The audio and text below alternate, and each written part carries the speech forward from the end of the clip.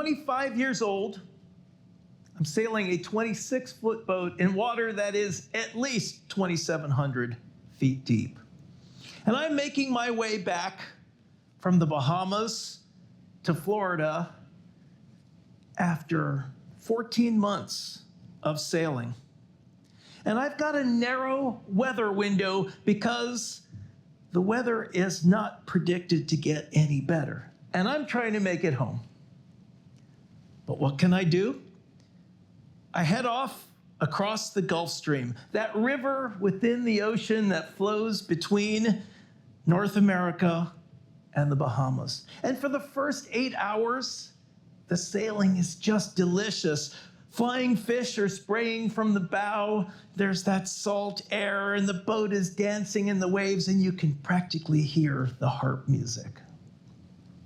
And as I watch the sun dip below the horizon ahead of me, it gets dark and it gets a little cold. And the wind comes up and the temperature comes down. And the wind comes up and the temperature comes down. And pretty soon I am out there in some of the roughest weather I have ever experienced in many thousands of miles of open ocean sailing. But there's nothing to do but keep going. And fortunately, North America is a pretty big target. So I keep going. And it gets darker, and it gets colder, and it gets windier, and pretty soon I have lashed a rope around my waist. It is the only time I have ever lashed myself into the cockpit. But nothing to do but keep going. And I look to the top of my mast, and my masthead light is going dim. My battery is dying, and I am invisible out there in those enormous seas. Right on cue, I see lights on the horizon. 2 freighters and a cruise ship. And they can't see me. And I've got nowhere to go but ahead. So I get myself lined up and I dodge freighter number 1. And I get myself lined up and I dodge freighter number 2. Have you ever watched a squirrel in the highway? They do that little indecision dance. That was me. And finally, I line myself up with that cruise ship, and at the last second, I cut behind it. And as I looked up into the stern of that ship, I could see the silhouettes of people dancing and the flashing lights of the disco, and I could hear that music throbbing through the glass, that coming through, and I thought, my God, I'm having a very different experience in the same place at the same time. I'm fighting for survival, and they are fighting to get to the bar for their 3rd margarita. Have you ever felt like this? In your business, in your life, you are out there in these big seas, and these huge opportunities are coming by. You have something to share with them. You have something to offer them. You want to get their attention. They could run you over and not even know it. So how do we get their attention? Well, the answer is simple. The answer is storytelling. And step number 1 is to tell your story about them. Well, that sounds confusing. What do I mean by that? Well, you can watch people sail across the ocean on streaming television, or climb Mount Everest, or whatever your personal version of challenge or success is. But we all have oceans to cross. We all have challenges to face. So step number 1 is tell your story about them. Take your experience, your personal story, and make it a metaphor for your listener's journey. That's how we get the attention of those big opportunities. Because if we end up with that eye infection, when we talk about ourselves, people tune out. It's like that date you went on with that guy. You know the one. Doesn't last. It doesn't connect. What do we want more than anything in the world as human beings? It's to feel listened to and understood. And when we tell stories effectively, we make people feel listened to and understood. And when they do, they pay attention. Now, you may have heard about stories and the brain, and people love to talk about oxytocin and all of these brain chemicals. And that sounds so sophisticated, except none of us have ever seen any of those chemicals. It sounds very rational. It doesn't mean anything. What if we look at stories and the mind? Not about the chemistry. How do stories affect us? Now, we stepped out of the jungle 10,000, 20,000 years ago.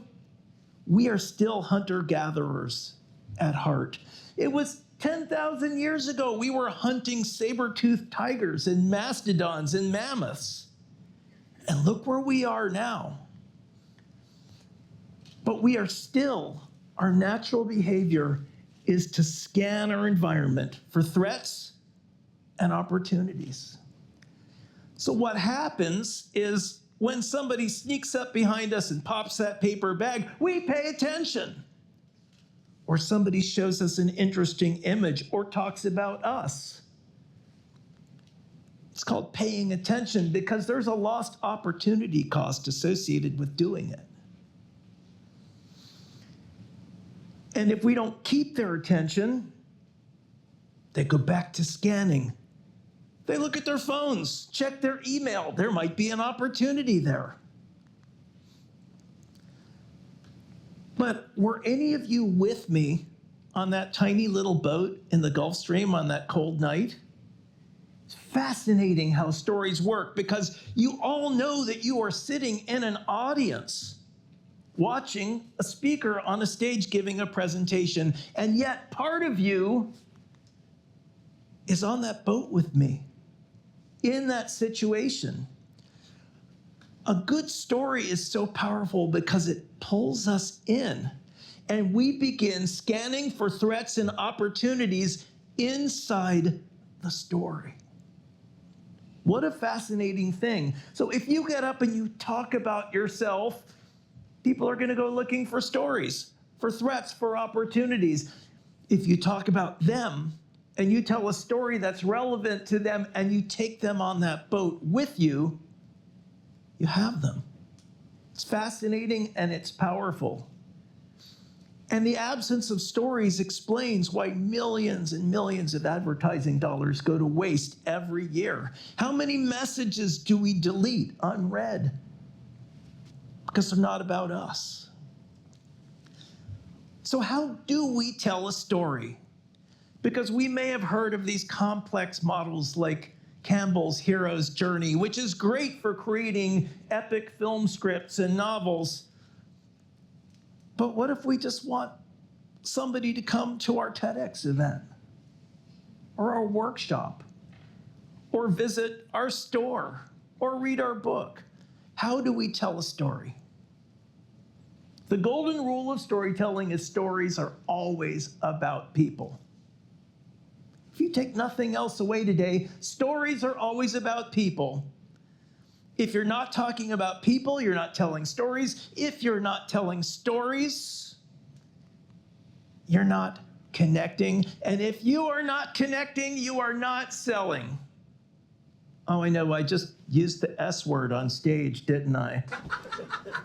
Well, selling is not about asking for money because we all know that begging never helped a relationship. Selling, and anybody who's asked for a job is selling. Anyone who's asked for a date is selling. Anyone who has tried to coax the family dog into the bathtub or tried to convince a child to go to bed is selling. We are all selling every day, and it has very little to do with asking for money. So the way we put a story together, the way we sell our relationship worthiness, our trustworthiness, the value of our message, the value of our contribution, is story selling. And it's quite simple.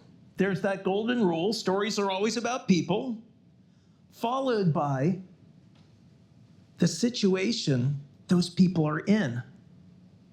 Those people are experiencing some form of conflict.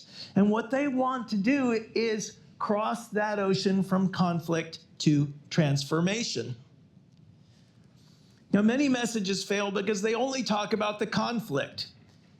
If you want to get somebody to quit smoking, you can show them the yellow teeth and the black lungs and all of the symptoms of smoking, or you can show somebody spending time with their grandchildren. That's transformation, and transformation sells. Now, there are two other elements because the conflict has to be authentic. The conflict has to be real. We all want to make more money, but if I want to buy a sports car with my money, you don't care. If I want to buy medicine for my family, that's an authentic conflict. And authenticity has to do with food, love, shelter, sex, status, safety, family, community, or feeling listened to and understood. These are the things that drive us. So is that water deep enough? Is the message deep enough? And if it isn't, we need to ask why? Why? Why? Until we drill down to what's really going to motivate somebody to connect with you, to listen to you, to give you their attention. And there's one other element. It's magic. Now, I'm not going to go all woo-woo on you here because the magic element is simple. Your magic can be your talent, your education, your experience, your team, your special equipment, your insight, your ideas. And we're all different in that regard. And it is your magic that is going to provide the wind that is going to blow you from conflict to transformation. And it is your magic that is going to provide that unique wind that is going to blow the people you serve from conflict to transformation. 4 simple elements and a golden rule. And finally, there's the storytelling. It's not just the words. You can memorize a talk and read it out of your head to the audience. But why not stop memorizing and start mesmerizing? Why not use this incredible instrument that we have to talk high and talk low and fast and slow and keep things varied, because it's the telling of the story that attracts the attention, not just the words.